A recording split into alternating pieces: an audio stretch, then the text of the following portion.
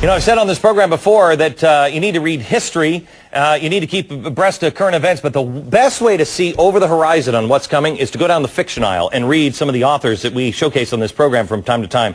Ted Bell is a good friend of mine. He is the author of Hawk, Spy, Assassin, Pirate, a million others. And the new one that is coming out today is going to be another #1 bestseller for you, TSAR. TSAR. It is the best of the books in the series for Hawk. It's really good, and you don't have to read the other ones to get this one.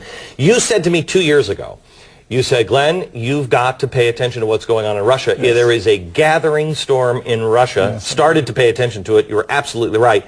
You said that because you were over in Russia doing research for this book. Exactly. I was just starting to work on the book, and the things I was picking up were scary. And that's when I told you, you got to start looking at Russia because they're next. It's the next problem. Right. You said at the time that Putin is going to cobble this thing back together. This is 2 years ago. You were over there on the ground. What was it that you saw?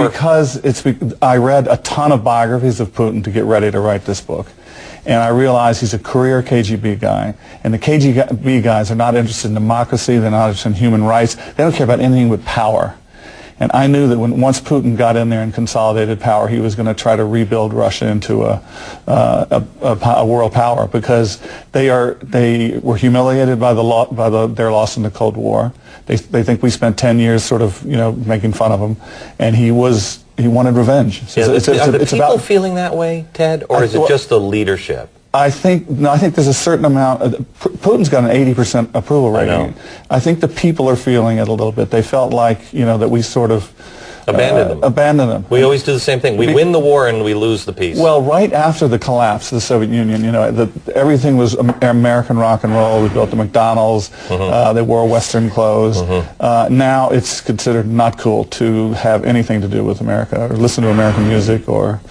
They are lined up against us. Right. Okay. So the market's crashing this week. There's nothing more dangerous than a country in collapse. You know what I mean?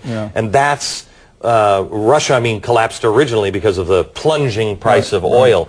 These guys are not going to. They're starting to make alliances with some of our worst enemies. Well, Hugo and the scary one for me is China. If they form an alliance with China, it's a huge problem for us. Much as I dislike the Chinese government, I think we ought to be in there, and I sort of touch on that in TSAR. In TSAR, it is a fantastic read. It is you actually have Putin in the nastiest prison I have ever read. Pretty bad place. You don't want to go there. It was built on a toxic waste. The Russian Navy's toxic waste dump. There was a prison built on top of that. 50 years of nuclear waste from their submarines. You've never read anything quite like TSAR. It is.